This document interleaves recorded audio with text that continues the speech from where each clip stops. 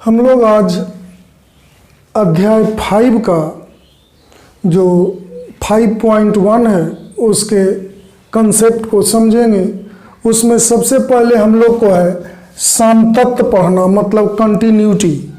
Continuity ये जो पढ़ना है उसमें आपको दो बातें पढ़ना है। पहला नंबर ये कि वो कंटिन्यूअस है कि डिसकंटिन्यूअस है, इसमें दो ही बात हम लोग पढ़ेंगे। तो इसको समझने के लिए हम लोग एक दो ग्राफ बनाएं और ग्राफ के जरिए समझें। तो देखें, जैसे मान लीजिए कि f(x = x² एक फंक्शन है, इसका आप लोग ग्राफ तैयार करें। तो ग्राफ तैयार करने के लिए हम लोग इस तरीके से करें।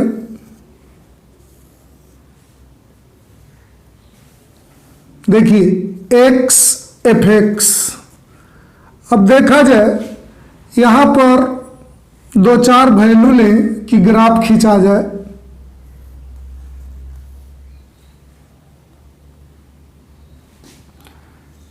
सबसे पहले -2 लेते हैं x के जगह पर।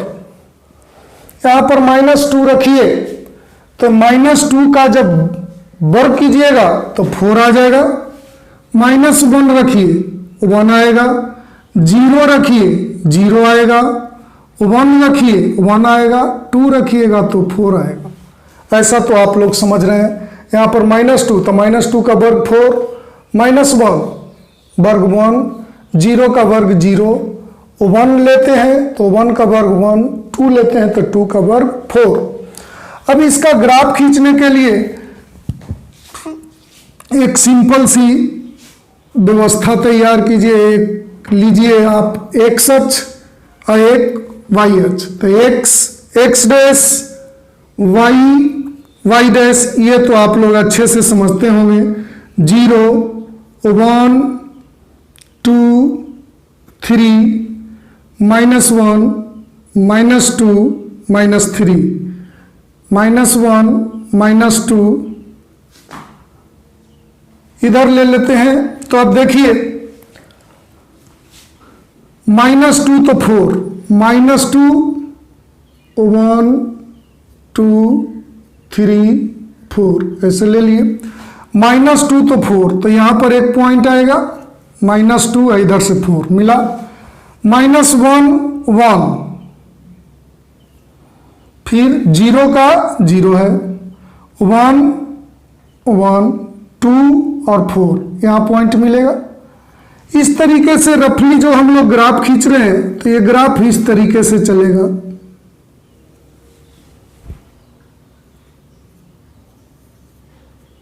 तो ग्राफ ऐसा चला तो इस पर विचार कीजिए। ग्राफ इधर से बाएं से दाएं की ओर चलिए। कहीं इधर जो चल रहे हैं देखिए गौर से, बढ़ते जा रहे हैं बढ़ते जा रहे हैं बढ़ते जा रहे हैं। ग्राफ कहीं भी टूटा हुआ नहीं है, एकदम लगातार है।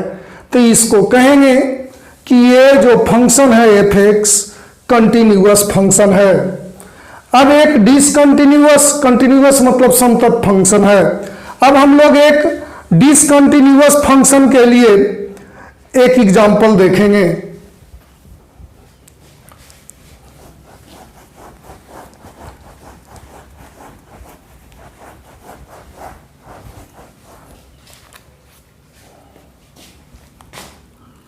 मान लीजिए आपके पास है f(x) =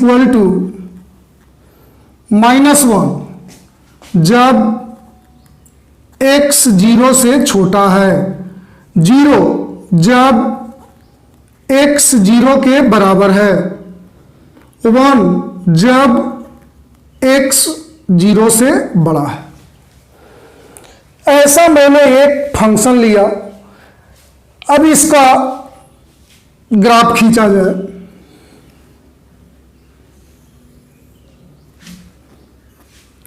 x dash y dash, 0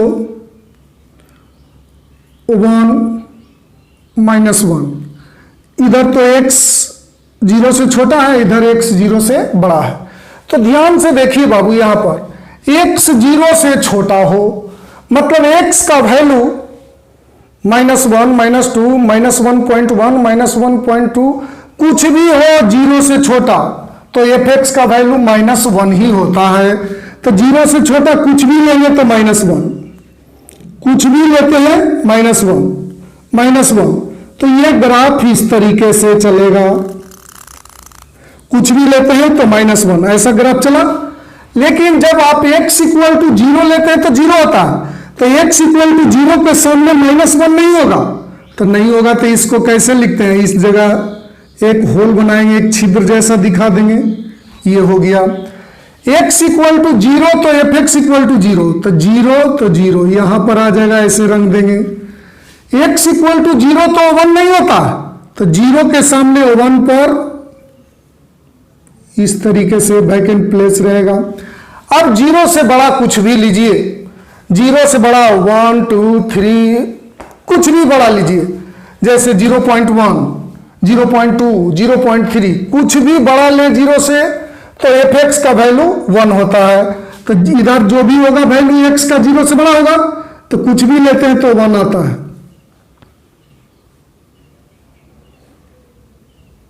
तो इसे ध्यान से देखें, तो इसका ग्राफ इस तरीके से तैयार होता है। अब बाएं से दाएं चलें, तो इधर से बढ़ते हैं तो जा रहे हैं, यहां तक पहुंचे, यहां से ग्राफ उठ करके इस पॉइंट पर आता है, और यहां से फिर उठ करके यहां चलता है। तो ये जो हम लोग पेंसिल चला रहे हैं, तो x = 0 पर ग्राफ टूटा हुआ है। जैसे देखिए, यहां से आते हैं यहां, यहां से यहां, पिछले वाले में एकदम क्रम से चल रहे थे, तो यहां पर ये जो फंक्शन देखने से पता चल रहा है कि x = 0 पर ये जो दिया हुआ फंक्शन है ये डिसकंटिन्यूअस है, मतलब असंतत है।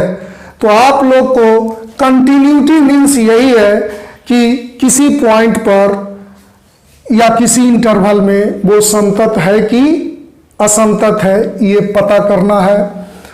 तो अभी हम लोग ग्राफ के जरिए पढ़े कि कब संतत है और कब असंतत है, लेकिन हम लोग को एक्सरसाइज में ग्राफ के जरिए बनाना नहीं है। हम लोग मैथमेटिकल ढंग से गणितीय सूत्रीकरण के द्वारा है जे पढ़ेंगे कि संतत है कि नहीं। तब देखिए,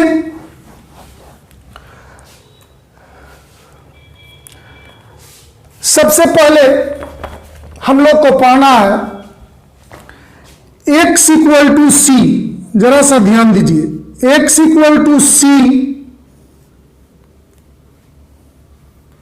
पर fx संतत होता है जब limit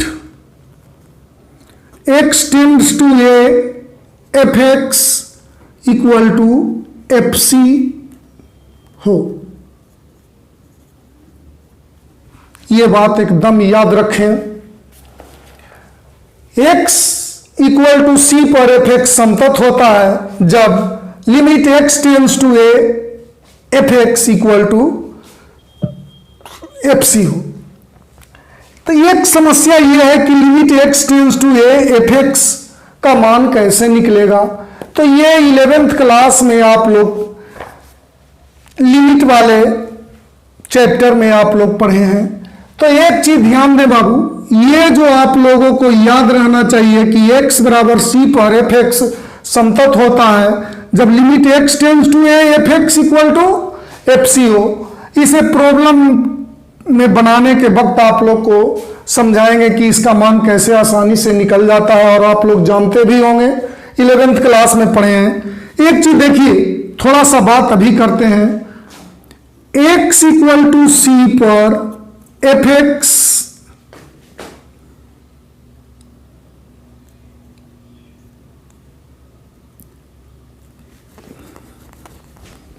limit x tends to c - 0 fx = limit x tends to c + 0 fx। इस पर ध्यान दीजिए। ये x इक्वल टू सी पर ये LH लिमिट है और x इक्वल टू सी पर ये RH लिमिट है। ये दोनों बराबर हो जाए तो हम लोग कहते हैं कि इसका अस्तित्व है। x tends to C fx का अस्तित्व है। अस्तित्व है मीन्स इसका मान ज्ञात होगा।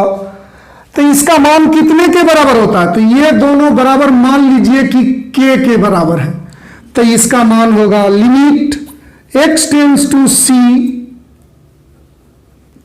fx equal to k। ये आप लोग समझ रहे होंगे, 11th क्लास में ये पढ़े हैं। तो इसी का दूसरा रूप देखिए, इतना का मान कब तैयार होता है? जब इतना, यहां c होगा बाबू, limit x tends to C fx equal to fc। तो इतना का मान कब तैयार होता है? जब limit x tends to c minus 0 fx equal to limit x tends to c plus 0 fx बराबर हो। तो इसके जगह पर हम लोग लिख सकते हैं limit x tends to c minus 0 fx equal to limit x tends to c plus 0 fx equal to fc। अगर इतना बराबर इतना हो जाए तो भी कहेंगे कि x बराबर c पर संतत है, और इतना बराबर इतना भी डायरेक्ट दिखा दें तो भी x बराबर c पर क्या है? संतत है। तो ये दोनों बात को एकदम नहीं भूलिएगा। x इक्वल टू सी पर fx संतत होता है जब limit x tends to c fx equal to fc, limit x tends to c minus 0 fx equal to limit x tends to c plus 0 fx equal to fc हो जाता है। इसके जगह पर ऐसे भी लिखा जाता है limit x tends to c minus limit x tends to c plus, ये दोनों नोटेशन सेम है, इसमें कोई अंतर नहीं है। अब देखिए, तो ये LH लिमिट कहलाता है, RH लिमिट FC के बराबर। तो आप लोग याद क्या इस जगह रखेंगे कि limit x tends to c fx equal to fc और limit x tends to c minus 0 fx equal to limit x tends to c plus 0 fx equal to fc। मतलब x बराबर c पर ये LH लिमिट है, ये RH limit है, और ये x बराबर c पर fx का वैल्यू है। अगर तीनों बराबर तो x बराबर c पर संतत। ठीक, तो इतना आप लोग याद रखेंगे। एक चीज देखें, अगर ये तीनों में से कोई दो को बराबर नहीं हो तो x बराबर c पर क्या हो जाएगा? असंतत हो जाएगा।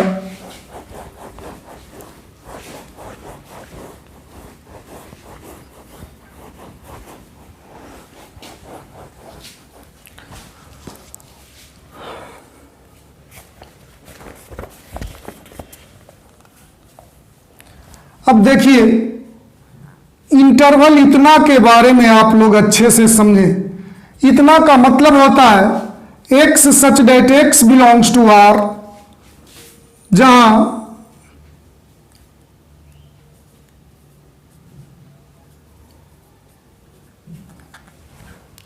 इस पर ध्यान दीजिए, ये बंद अंतराल है। बंद अंतराल का मतलब क्या आप लोग समझते हैं? x such that x belongs to R, जहां x a से बड़ा बराबर और b से छोटा बराबर, ऐसा होता है। अब इसमें पर ध्यान दीजिए कि अगर आपको इस इंटरवल में संतत है कि नहीं, तो आपको यहां पर क्या मतलब है? इससे बड़ा और बराबर से मतलब है। तो सबसे पहले देखिए, लिखेंगे limit x tends to a plus 0 fx equal to fa,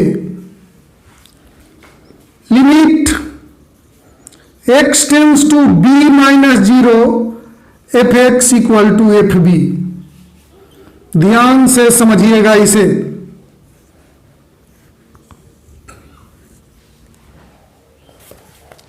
x बराबर a पर ई आर एच लिमिट है और किसके बराबर है, एफ ए के बराबर। x बराबर b पर ई एल एच लिमिट है और ई किसके बराबर है, एफ बी के बराबर।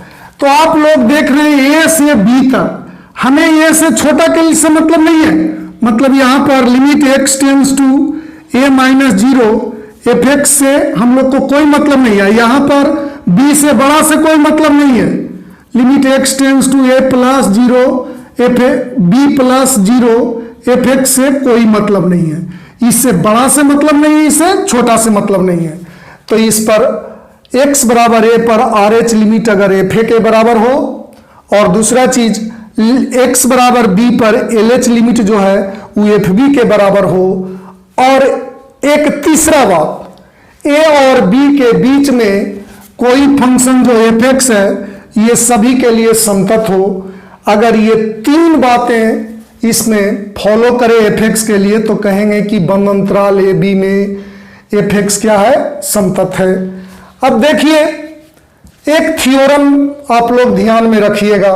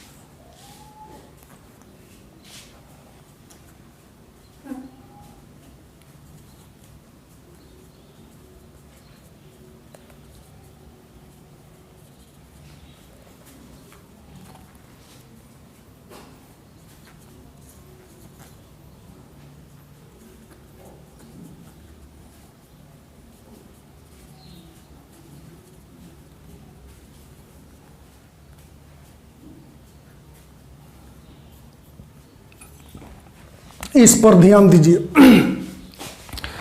एक थ्योरम है, माना कि एफ एक्स और जी एक्स दो वास्तविक फलन है जो एक्स बराबर सी पर क्या है, संतत है। तो ये दोनों का जोड़, फलनों का जोड़ एक्स बराबर सी पर संतत होता है, अंतर भी संतत होता है और मल्टीप्लिकेशन भी संतत होता है और डिवाइड भी संतत होता है। लेकिन एक चीज ध्यान रहे, जो बटा में जी है वो जी सी जीरो के बराबर नहीं होना चाहिए। अगर ये जीरो हो जाएगा तो अनडिफाइन हो जाएगा। अब देखिए इसका प्रूफ बतलाते हैं। देखिए चूंकि x बराबर c पर एफ एक्स तथा जी एक्स संतत फलन है, इसलिए हम लोग लिख सकते हैं limit x tends to c F x equal to F C तथा limit x tends to c G x equal to G C. ऐसा हम लोग अभी पढ़े हैं कि कोई फलन x बराबर c पर एफ एक्स से जो संतत होता है, कब, जब इतना बराबर इतना हो। हम लोग संतत के डिफिनेशन में ऐसा पढ़े हैं। अब देखिए हम लोग पहला नंबर प्रूफ कर रहे हैं, तो ध्यान दीजिएगा। Limit x tends to c f plus ji x. अब देखो x बराबर c पर f प्लस जी को संतत करना चाहें तो limit x tends to c f plus ji x equal to अगर हम लोग कर दें एफ प्लस जी सी के बराबर, अगर ऐसा हम लोग दिखा देते हैं तो यह संतत हो जाएगा एक्स बराबर सी पर। क्यों? जो देखो यहां एक्स बराबर सी पर एफ एक्स संतत होता है जब इतना बराबर इतना हो। तो एफ प्लस जी को संतत करो तो एफ प्लस जी को एफ समझो, तो limit x tends to c f x equal to F c हो गया। तो एफ प्लस जी को एक्स बराबर सी पर संतत करने के लिए इतना बराबर इतना आपको दिखाना पड़ेगा।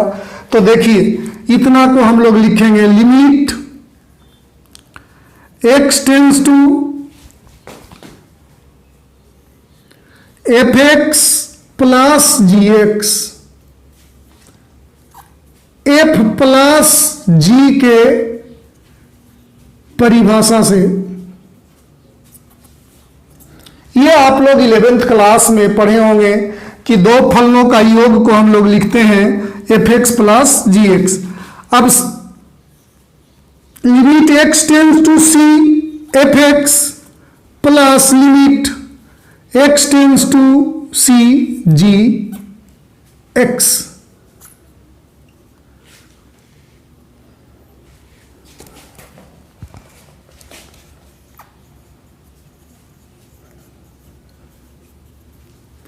आप लोग 11th क्लास में पढ़े हैं सीमा के प्रमेय में कि अगर ये प्लस में रहे तो प्लस में अलग अलग कर दो, माइनस में हो तो माइनस में अलग अलग कर दो, ऐसा आप लोग पढ़े हैं। इतना के जगह पर आप क्या लिख सकते हैं? F c. इतना के जगह पर आप क्या लिख सकते हैं? जी सी। अब देखिए एफ प्लस जी सी ये किससे लिखेंगे? एफ प्लस जी के परिभाषा से। अब देखिए तो इतना इक्वल टू इतना यही ना लाना था हम लोग को, तो इतना इक्वल टू इतना ला दिए तो हम लोग लिखेंगे अतः x बराबर c पर f प्लस जी संतत फलन है। प्रूव्ड हो गया कि x बराबर c पर संतत है। अगर माइनस बनाना है तो यहां पर माइनस लिखोगे, माइनस लिखते चले आओगे, इंटू में इंटू लिखोगे चलते आओगे, भाग में भाग लिखते चले जाओगे तो आ जाएगा। बिल्कुल इसी तरीके से बाकी को प्रूफ करना।